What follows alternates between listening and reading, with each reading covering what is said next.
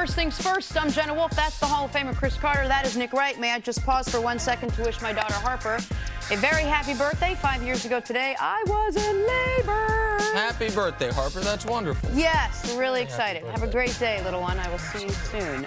She's watching. She likes to say your names. She calls out the names when the show starts, and then she goes off birthday. to do something else. A lot of quarterback news to discuss this morning. We're going to dive into all of it. Is Teddy Bridgewater on the trade market? Lamar Jackson has come back down to earth, and after last night, it appears Andrew Luck still has a ways to go. That's where we begin this morning, and let's just say it is a darn good thing preseason doesn't count. Otherwise, we'd be singing a very different tune regarding Andrew Luck today. In his first home game in nearly 600 days, Luck wasn't so lucky. Had a hard time finding any sort of rhythm on offense. Completed 6 of his 13 passes for only 50 yards. Tough couple of sacks, and he did have a pick. He had that interception. Despite all of that, though, Luck still managed to be upbeat after the game. I'm very, very encouraged, both one by how I feel. I feel great, great, which is it makes me happy. But then, and two, the attitude of the guys, and then going out and playing football. I told someone after the game, I was like, "Ah, man, I'm sort of happy to have been sacked by Suggs and a legit sack." I was like, "Oh, I landed on my right elbow." It's sort of reminiscent of how I injured my shoulder a couple years ago, and I didn't feel anything. Didn't give it a second thought. So. I think that's actually a big deal for me, and being able to sort of lose that thought bubble, if you will, that thought cycle. Andrew Luck might have been the only one encouraged when he got sacked by Suggs on that tough shoulder there.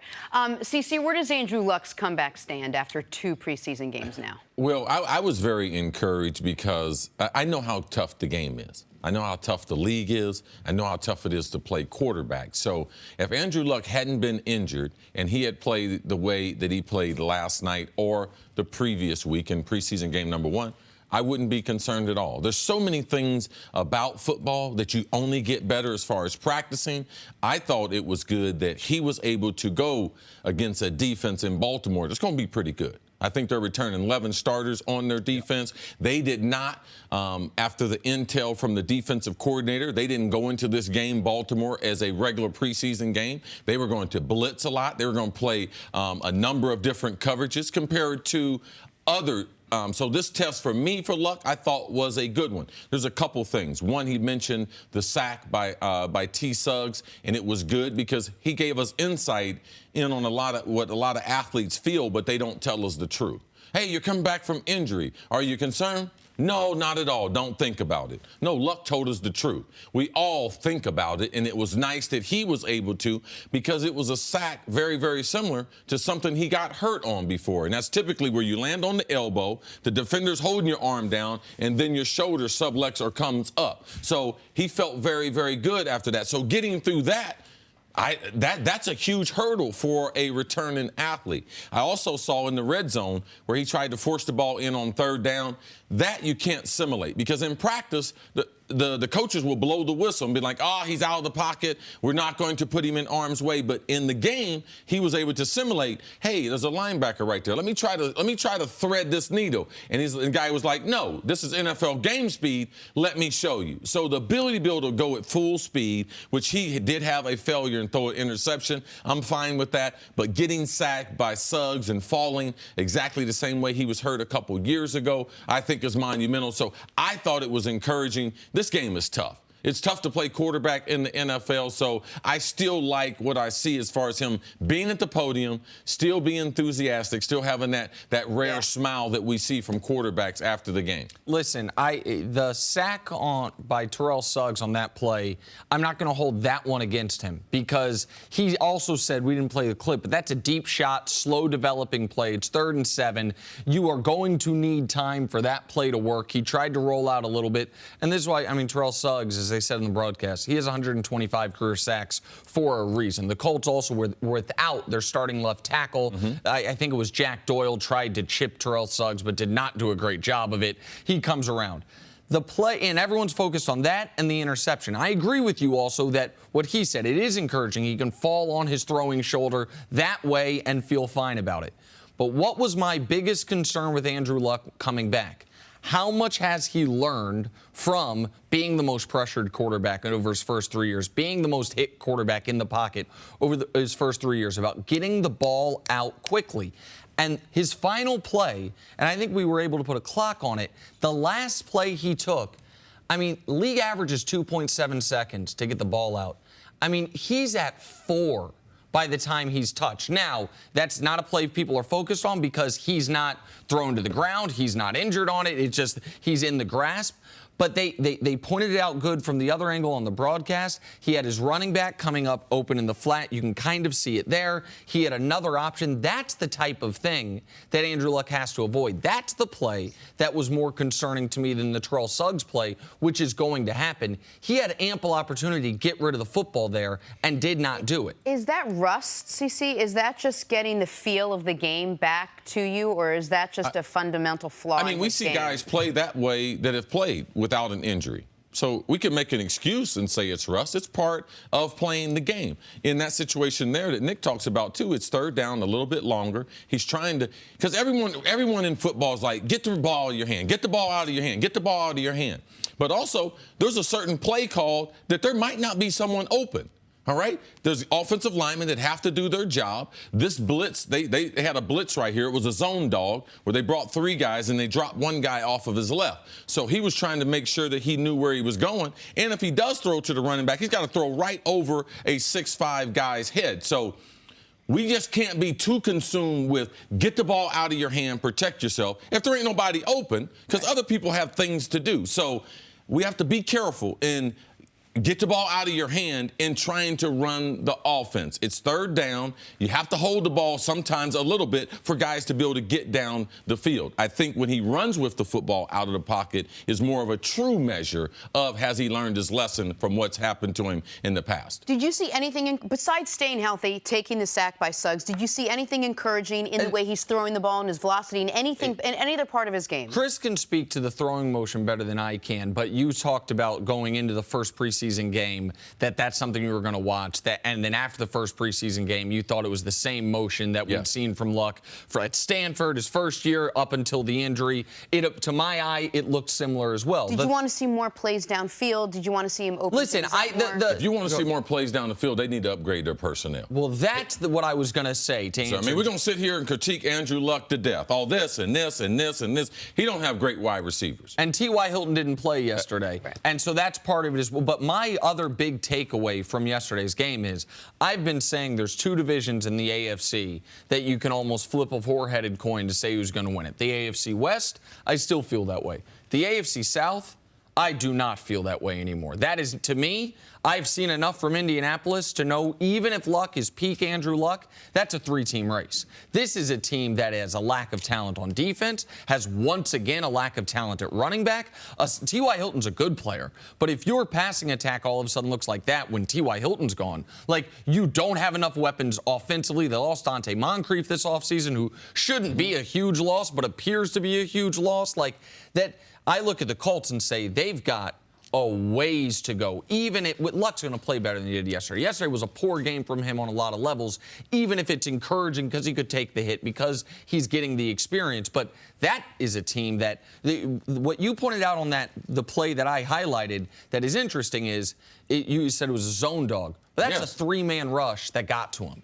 That's a 3-man rush that got to him. Like, that's an indictment on guys, in addition to Andrew Luck holding onto the ball, I mean, you have 2-on-1 for two of the guys rushing, and the guy right up the middle got to him. I mean, just beat a guy clean. So they have some personnel issues that Luck can't control. All right, we'll take a break there. Coming up, should we be encouraged or discouraged by Lamar Jackson's performance last night against Andrew Luck? That's next on First Things First. All right, last we have this awesome throw from Joe Flacco to his new teammate, John Smokey Brown. Look at the concentration in the toe tap there. It's a heck of a catch to get both feet down after the bobble. Good catch by John Brown. John Brown, they need him to come up with some big plays. Coming over from Arizona Cardinals, they need a lift from the wide receiving core. They're looking to get it from JB. Great catch here in the back of the end zone. Flacco put it where only his guy could catch it. And he's more known for his speed, at least he was in Arizona. Yes, if he can develop into a slot receiver, it'd be a huge help for them. All right, let's keep it right there. Baltimore rookie Lamar Jackson with a tough game, competing for that starting quarterback job. He did throw a touchdown pass, but that was his lone highlight of the night. Finished with just 49 yards on 15 passes. Joe Flacco played 3 series, completed 7 of his 9 passes for 72 yards and a touchdown. You know what we have here, don't you? A conversation about the quarterback situation in Baltimore. CC, let's start with you. What was your impression of Lamar Jackson last night? Well, I mean, if we're going to be fair to Lamar, we have to understand he's going to struggle in the NFL, especially just pure straight drop back and just reading the coverage when he recognizes which guy is going to be open and throwing the ball down the field. He looked like the quarterback that we thought from Louisville that he would look in the NFL. He's adjusting to the speed of the game, but what I might be a little more concerned about is how much he watches the rush compared to watching the routes down the field. He is ready to bail out before he should be. So for me, I'd like to see him step up into the pocket and be able to wait for those receivers down the field. So anytime he gets any type of pressure, either flush from his left or to his right, you can see that he's ready to get out of the pocket. I think those things will come. And talking to Ozzie Newsome, he's a kid, when he does make mistakes, that he corrects those mistakes. He's very, very hard on himself. So Baltimore is satisfied with what they've seen. This is their 3rd preseason game because they played in the Hall of Fame game. So he's gotten a lot of reps, but he is going to need those. Joe Flacco is the starter. If Baltimore, if they're trying to win games, Joe Flacco should be in there. Lamar is only a change of pace right now, and I'm not surprised that he has struggled maybe more so than the other quarterbacks taken in the first round, because from passing the football, he's got probably the longest way to go of all the quarterbacks that were drafted. Oh, I don't think there's any question that he's got the longest way to go as far as being able to guy that can drop back and pass the ball 25 times a game, much less 30, 35 times a game. He's in an odd spot because if you would have asked me after the draft, who's the quarterback of the 5 quarterbacks taken most likely to play in some capacity in week 1, I would have picked Lamar Jackson. But if you would have asked me who's the quarterback least likely of the 5 quarterbacks taken to start at quarterback in week 1, I would have said Lamar Jackson. The encouraging part of yesterday was he had as poor of a start as you can have. He was 0 for 4. He was missing guys badly. There was 1 3rd down where I understand the receiver didn't run the greatest route. At least that's what they said in the broadcast. Didn't run the greatest route. Didn't appear he'd run the greatest route. But he had him wide open in a soft part of the zone and just threw a bad ball. He was as bad as you can be his first 3 series.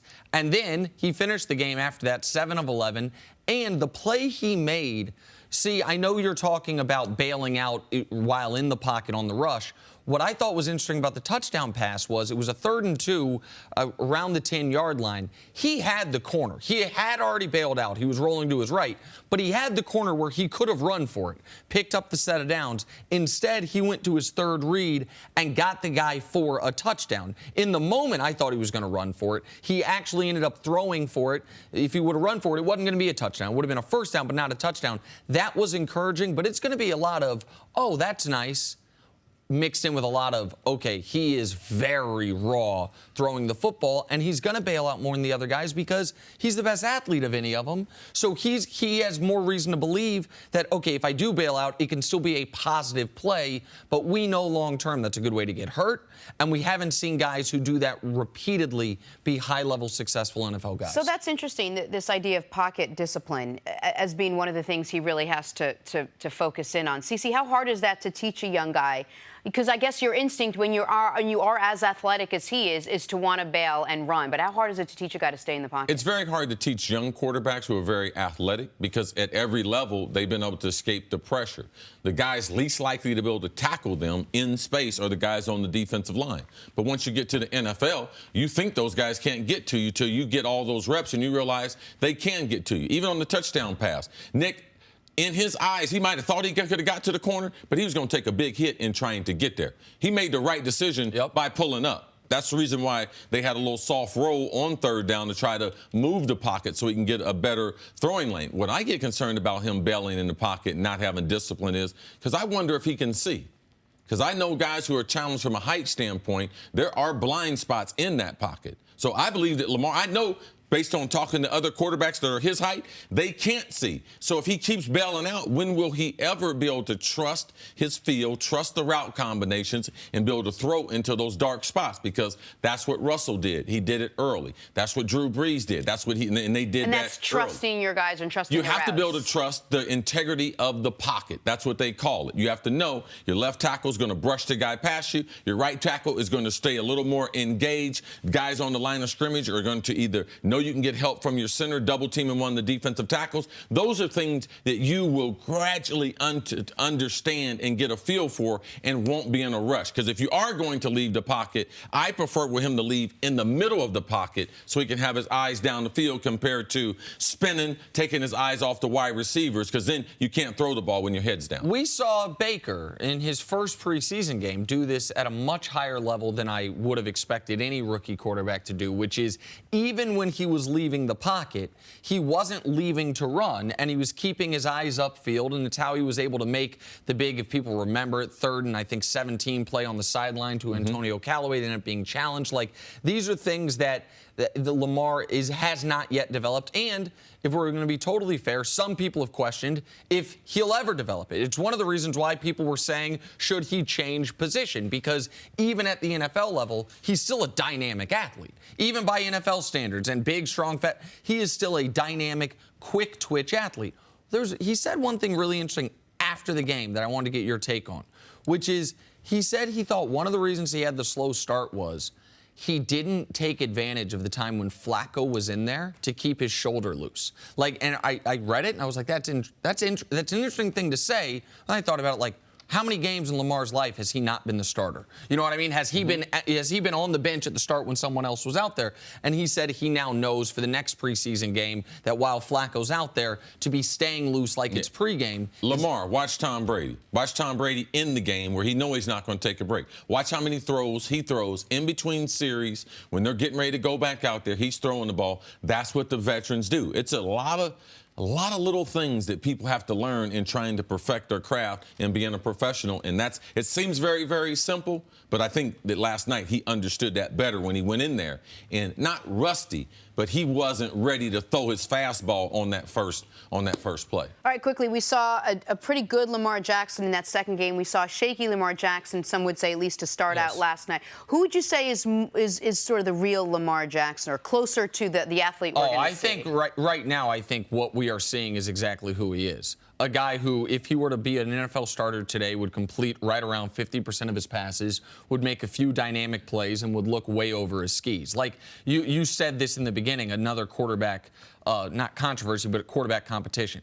This isn't a quarterback competition at the moment. Like now, a year from now, it could be Joe Flacco when they can move on from the contract, and they showed Joe Flacco since signing the contract last in the NFL in yards per attempt, last in the NFL in a lot of categories. They have reason to want to move on from Flacco, but right now, Lamar is that totally unmolded piece of clay we've talked about. He's going to show flashes, but he's not close to there. Yeah, he's ready to play 10 or 15 snaps. It's going to be hard for him to develop, too, because they're going to ask him to be running around.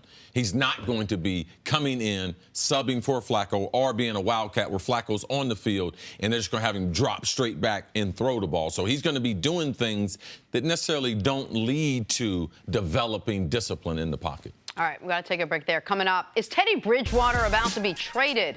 Next, this is First Things First. Don't miss the Big Three Championship Friday on Fox. Chris Anderson and Power will meet Drew Gooden and Three's Company to battle for the championship. Catch all the action starting at 8 Eastern on Fox. Stream it live on the Fox Sports app. Man. Three's Company, come and knock on my door. Okay, all right. I'm sure that's a television reference I don't quite get, but I want to talk about this basketball game for a moment. See, Take that out. We got a busy weekend. Oh, yeah. Yeah. Because Tiger's playing, 30 minutes away? Yeah, I haven't solidified where are our you gonna be? invitation to that. What are you? Oh, we're in Brooklyn on Friday. We're in Brooklyn Friday. Hit me last night. Okay. Said we're good. All right. He said, man, promote this. I said, man, we pushing this on the street like a new drug. Okay. All right. Big 3. It's going down. Brooklyn, Friday night, and 8 o'clock. Because I got family in town this weekend, so I got to be out of the house. So Big 3 Friday, golf Saturday, hanging out with you and Tribeca Sunday. Jenna, you'll be there Friday at the Big 3. And Wait, then wait, we'll what's go on Sunday? ways. I didn't get the Sunday. What was the just Sunday Chris and I thing? hang out on Sunday. We plan for the week. We do things. Play a little bocce ball on his roof. I've never been invited to a Sunday thing. Yeah, because it's me and Chris time. We invited you, but you brought those gifts that had you not get invited Time to again. go. I was one mistake. Time to go viral. 1987 Donovan Mitchell annihilated a Pokemon. homer at James Harden's charity softball game. Spot showing he's more than a basketball highlight reel. How about that shot? The Rookie of the Year. Can Ben Simmons do that? Of course. What's Ben Simmons doing this offseason? He's figuring out which hand he's going to shoot with. Because I saw him make a half quarter with the hand he doesn't shoot with. I think when he comes back, he's going to have swing. switched. What up, C? The real Rookie of the Year. We real appreciate MVP. it. That's talent right there. Real MVP. You know how hard it is to do that in softball? You got to generate all the power. I don't know how hard it is doing softball. I'm not surprised Donovan Mitchell can do it. He's a great athlete. Ben Simmons would have hit it further. Time for stories to start your morning. Monday Night Football, Andrew Luck was shaky. His backup was not. Jacoby Brissett, who sat behind Tom Brady and Jimmy G for a season, had a strong game last night, threw for 172 yards, completing over 60% of his passes. CC, what'd you think of Brissett's performance? Oh, he looks good. He looks good. But I've been on Jacoby. I've been on this bandwagon for a long time. Not only did I see him play in high school, great high school basketball player there for Dwyer in West Palm Beach, tremendous football player. Originally went to Florida, but Bill Parcells is mentoring him. All right? If I'm Indianapolis, I keep this kid. All right? This kid's going to be a starter in the NFL for a long, long time. He's got a big arm and is a good enough athlete that can move around in the pocket. And if a team tries to trade for Teddy Bridgewater, who I know we're going to talk about, and the Jets want too much, Jacoby's not a terrible second option. I was going to bring up the Parcells thing. The only time in my life I've ever had a phone conversation with Bill Parcells was you handed me the phone, and he was talking about this guy. Yes. And this was it was right after New England traded him, right when the show launched a year ago. And it was, I'm telling you, Jacoby Brissett, everyone's talking Jimmy Garoppolo. Jacoby Brissett's going to be a player in this league. I wasn't quite sure what he was talking about. We saw more of it last night. Thanks, Coach. I felt the same way when I got on the phone. I was the third one to get on the Parcells. phone. Bill Parcells. Big news for future Hall of Famer Adrian Peterson signed with Washington yesterday.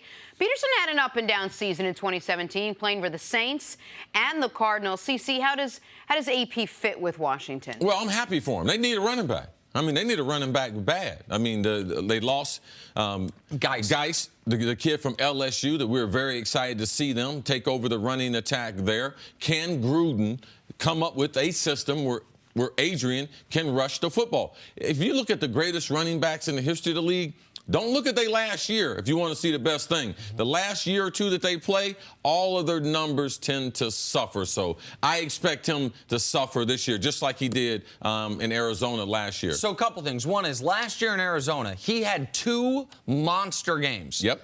And 5 really, really poor games. Does he have 1 more monster game left? Maybe 2 more monster games left? We'll see. But also, I don't know if it matters to him, but he's just shy of 40 yards rushing from moving past Jim Brown and into the all-time top 10.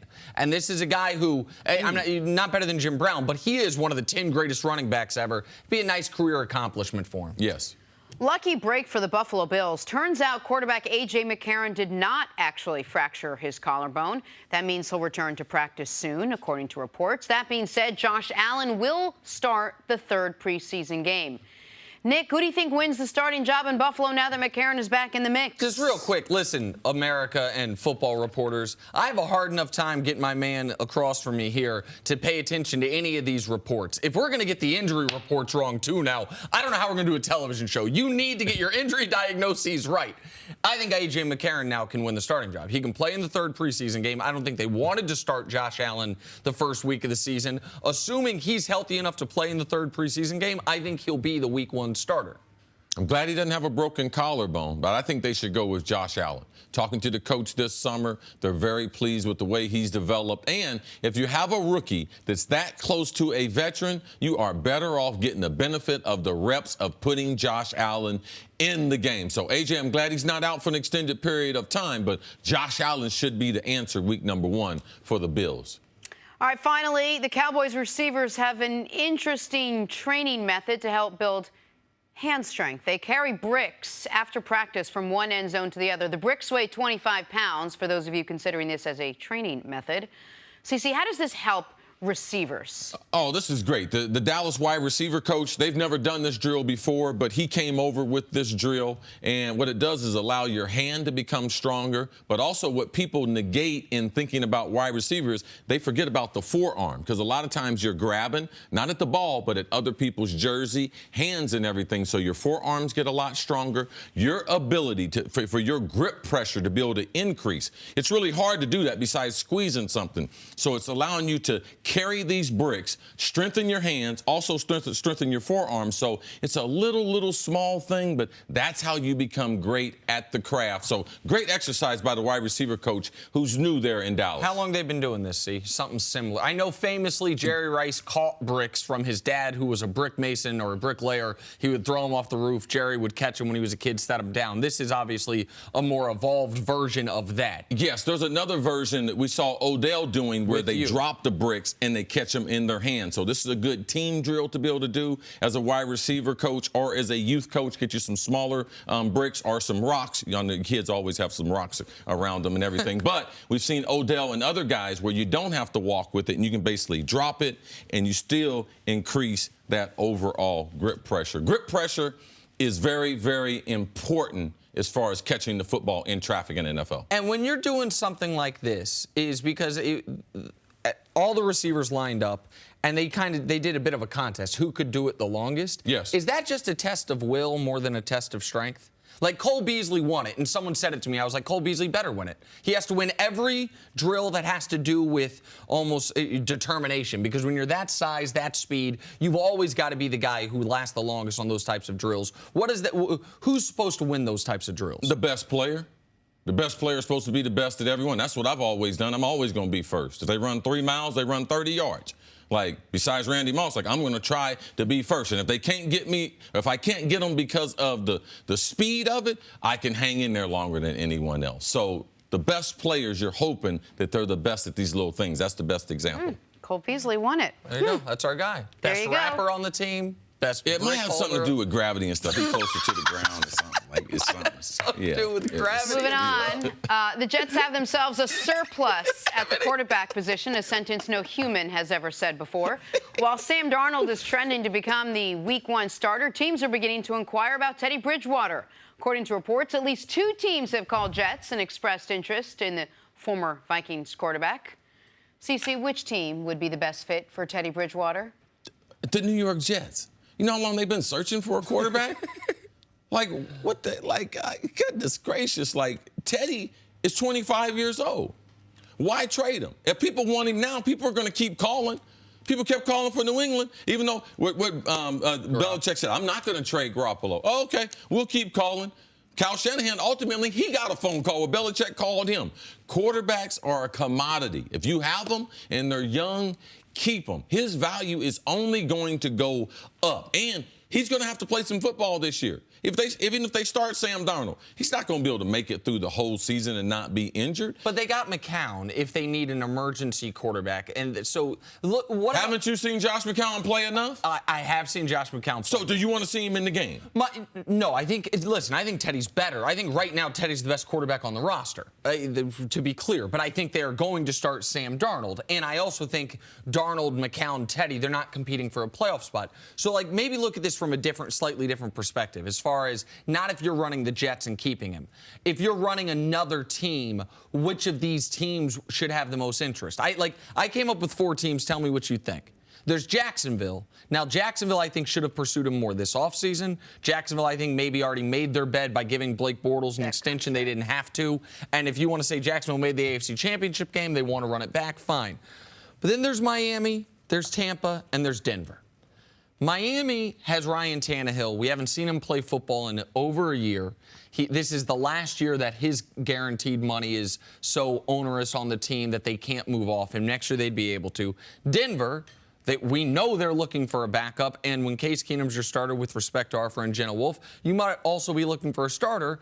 And in Tampa, they know Jameis Winston's not there for at least 3 weeks to start the year. Their plan is Ryan Fitzpatrick, who some would argue is Josh McCown with a better beard. Like, those three teams, if I'm running those three teams, Miami, Denver, and Tampa, I'm taking the temperature on what it would take to get Teddy from the Jets. Okay, let's go by those teams one by one. Jacksonville, you can't bring Teddy there because they've been saying they weren't aggressive in the New England game. So they're going to be more aggressive with Blake Bortles during the season. So Blake Bortles is going to be playoff Blake Bortles during the regular season, like playoff Rondo. Next team, let's go Miami. You can't invest the type of money they've invested in Ryan Tannehill and bring in a guy who's been a successful starter and who's younger than you in Teddy Bridgewater. In Tampa, Jameis they don't know if Jameis is the quarterback of the future. Jameis is a lot better than Teddy, though. So you can't bring him there because Jameis might leave you, and then you're stuck with who? Fitzpatrick and Teddy Bridgewater. So your quarterback situation got worse. Denver is the only place that I believe is real. Case, he has a 2-year deal. Teddy is still very, very young. I believe Teddy is a better quarterback than Case. I told y'all that last year. And the Vikings and their people there, if they didn't have that tremendous momentum, Teddy would have gotten a chance to take over that Vikings team last year. So out of those 4 teams, I think the only real one, because you send a message to the rest of the Tannehill, all right? Blake Bortles and as far as Jameis, you send a mixed message to them as far as we're just going to throw this year away. But if you're the Jets, you don't even listen to offers? I mean, we're assuming, given what we've heard from the Jets owner, Sam Darnold is the guy. You have a guy who can at least come in. They've paid $10 million to in Josh McCown. You don't listen to offers for Teddy Bridgewater is a commodity, all right? And the Jets need to be able to fetch a good reward for that commodity. Why be in a rush? If you're able to resurrect Teddy's career in 2 preseason games, what do you think when someone else gets hurt? No one's even gotten hurt yet. Well, listen, I think if I'm the Jets before the trade deadline, before the year's up, the best return I'm going to get on my 1-year investment in Teddy Bridgewater is a draft pick, is a trade. But I agree with C in this regard. It does not have to be before the season starts. You can wait and see if there is a situation where a Sam Bradford type of injury, where a team all of a sudden is desperate, where a team all of a sudden will give more than they're offering right now. We haven't yet had a quarterback injury from a team that thinks they can contend this year. And that, by the way, that's a small needle, because a lot of teams that think they can contend because of their quarterback. And if their quarterback gets hurt, they might throw the year away to a degree, or they might not want to give up a draft pick for Teddy. But a team that thinks that we have a good enough roster, right, and that Teddy's as good as our current quarterback, like, I could think on the list of the teams like that. Denver's one of those teams. It's why C mentioned to them that they would be a good fit. I think Miami, I think Adam Gase knows, like, time's running quick, and so they got to figure out what's going on with Tannehill there as well. We talk about Teddy Bridgewater, and I think a lot of us just talk about post-injury Teddy Bridgewater. But when he was really good in 2015, what made him such a great quarterback? He's a really smart quarterback. He reads coverages very, very quick. His recognition and diagnosis going from one receiver to the third is very, very good. Now, you see, he's an African-American quarterback, but he's not a great athlete. He's just a good enough athlete in the pocket that, yes, if something breaks down, yes, he is not a statue in the pocket. But Teddy, it's about diagnosis, about his leadership. It's about a fresh face in the building, positive. Teddy's been a great leader no matter where he's been. He's played on some good teams. The Miami Northwestern team in downtown Miami, he led that team with a bunch of Division I players, led them to a state championship. Went to Louisville. We saw what he did with that program. The Vikings got them in the playoffs. They should have beaten Seattle. They had a playoff game won. Teddy drove them down the field. A chip shot. Yeah. So Teddy Bridgewater, the only reason why he's not in Minnesota was that horrific knee injury, and because Case caught lightning in a bottle, and they had decided to move on to Kirk Cousins. Intelligence, leadership, and accuracy.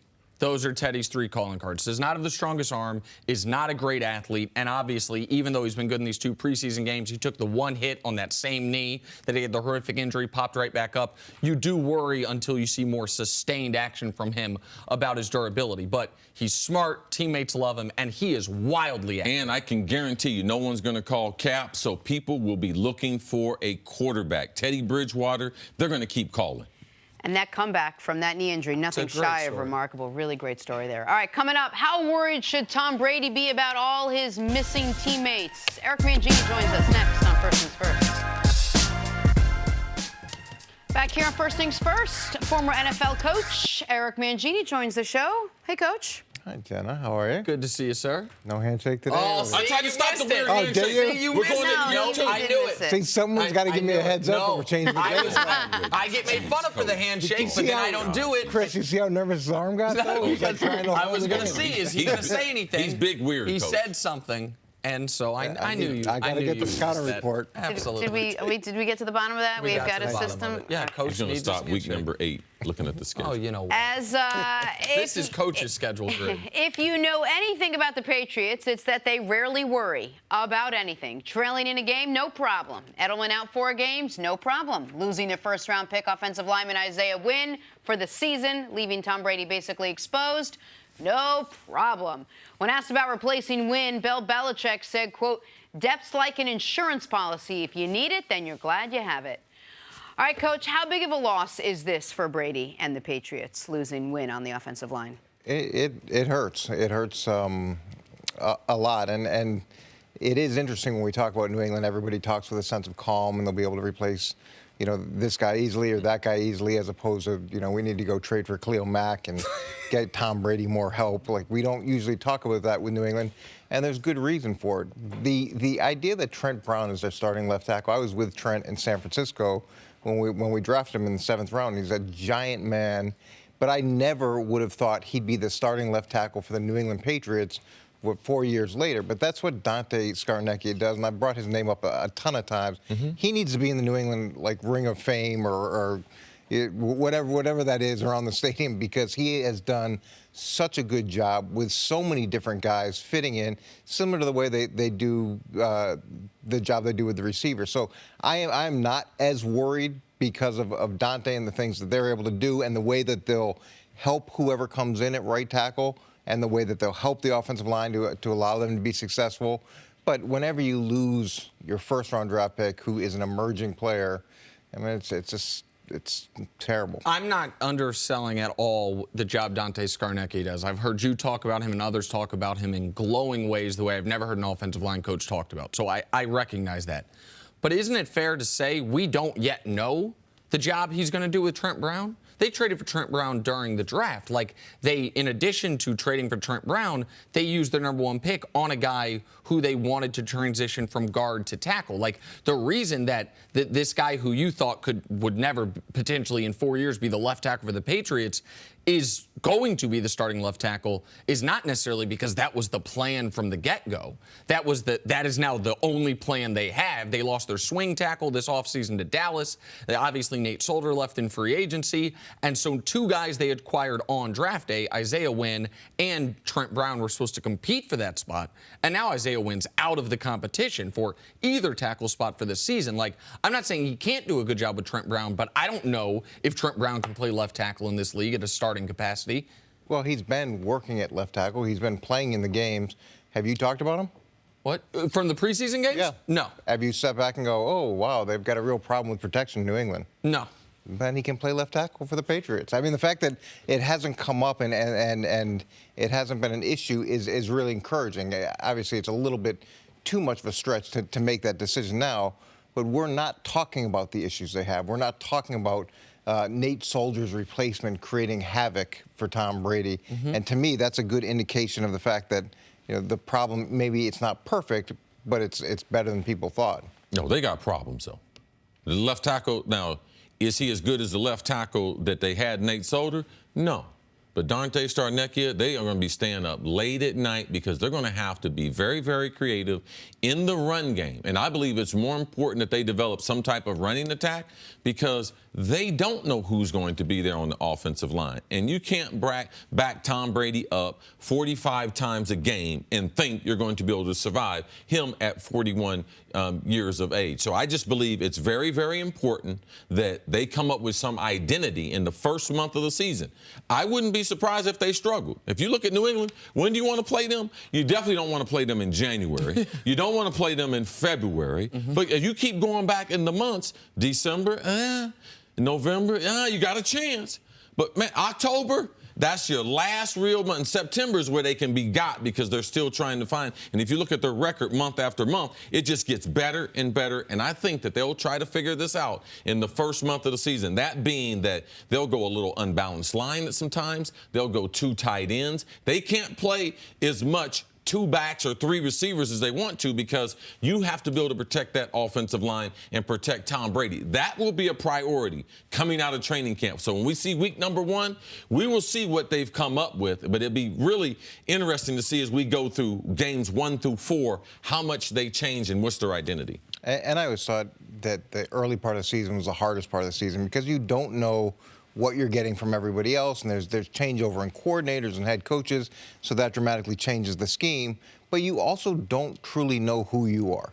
So and I've said this before, you go into the preseason, you go into training camp thinking you're going to be this, but then the reality is you could be something totally different. And what I always thought we did a good job of in New England is accepting who we were and what we did and building on that as opposed to constantly trying to be something we weren't. And each year it evolved a little bit differently. So let me ask it a different way. Is their offensive line their biggest concern, in your opinion, on this Patriots team? No, that's not a big concern. Is it terrible that they lost their starting right tackle and a young guy? Yeah, that's not great.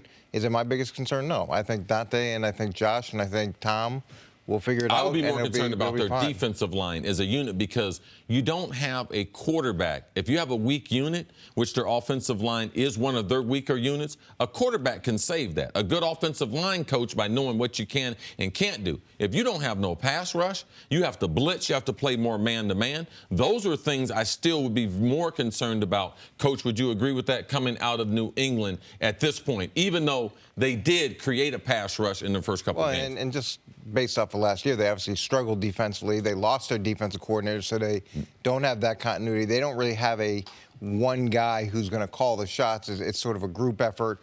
Bill will be involved, but there's still a lot of young guys who are going to make decisions about game plan and about when to call things, and they're going to learn throughout that process. And it's not like they were starting from a great point last year. Well, and listen, this is one of the things I believe you love about the Patriots. Chris, you had the great quote that I believe said Bill Belichick told you or said it publicly, which is, it's not my job to get the best players, it's my job to get the best team. I hope I'm not mangling that quote. If it were... It's not about great players, it's about a great team. Okay. Producing that. Right, producing a great team. If it were any team other than the Patriots, and we did just a blind look at the roster, and we said, okay, their number 1 receiver left in free agency. What they got back for it was a draft pick who's now not going to play for them. Their guy who they thought was going to come in and be their number 1 receiver, he's suspended the first 4 weeks of the season.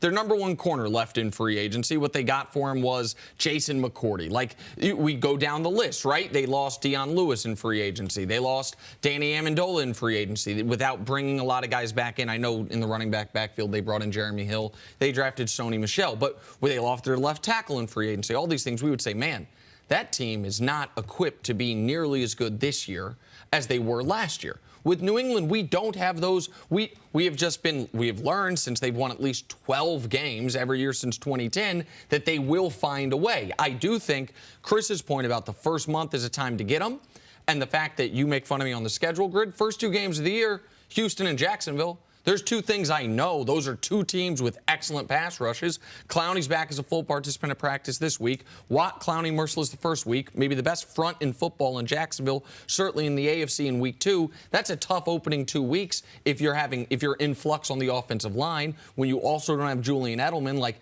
there are things there where there would be concerns, but it's not it's not a flashing red light like it would be for any other team because they've earned that benefit of the doubt. Yeah, they've earned that through the years, but also they don't have the greatest football coach ever. And that's what New England has in Bill Belichick. They don't have potentially the greatest player ever in Tom Brady. So typically, Gronk being out, Edelman being out, they got 12 back there. And 12 has been able to overcome all those things.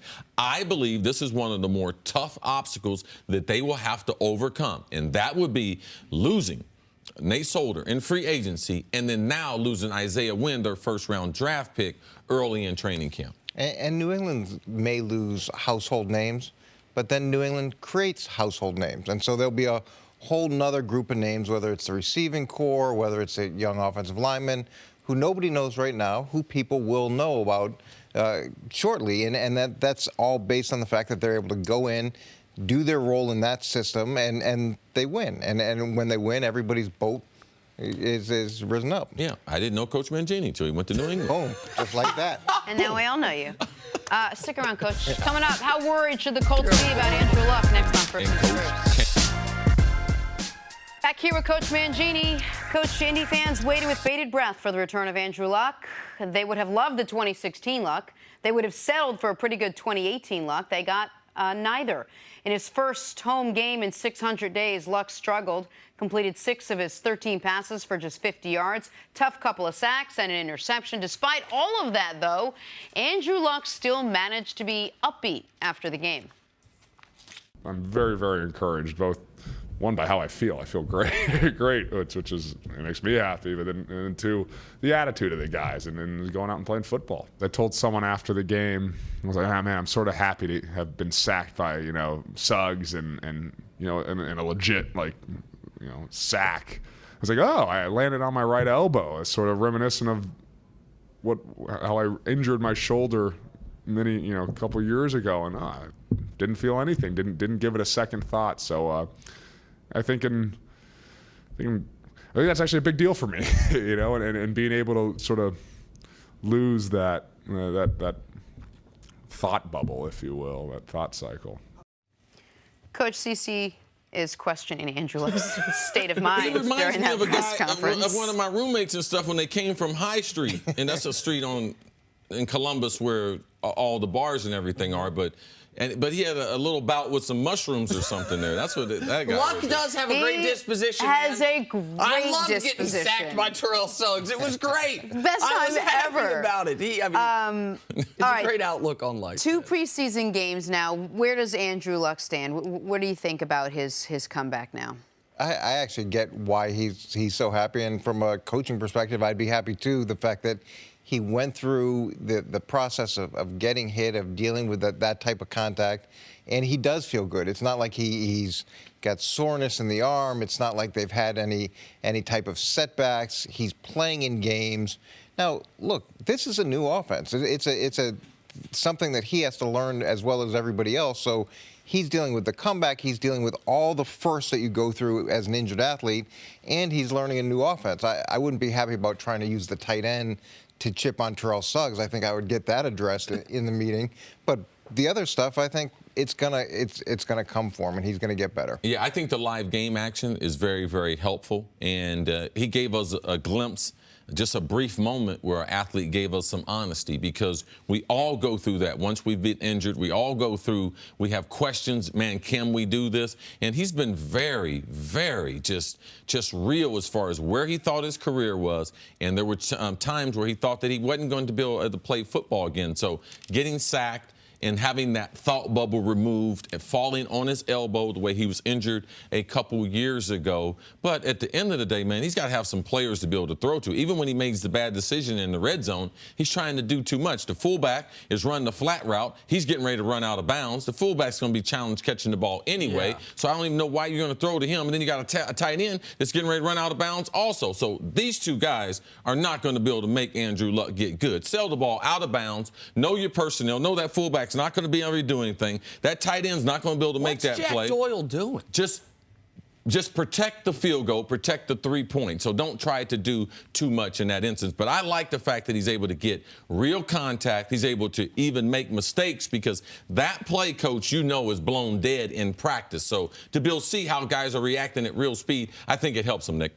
And he doesn't need to do this. And I don't think he would necessarily do this in a regular season game. I think this is one of those plays where it is his first time having this extended exposure. He's trying to make a play. He's trying to see how well he can do that. This is a really poor decision that you don't typically see from him. One of the things, Coach, you've said that I've also said about Luck, which is one of the reasons he was the most hit and one of the most pressured quarterbacks while he was healthy was because of personnel, because of offensive line, and some of it was his own doing. Some of it was holding onto the ball too long, trying to make heroic plays when he didn't need to do that.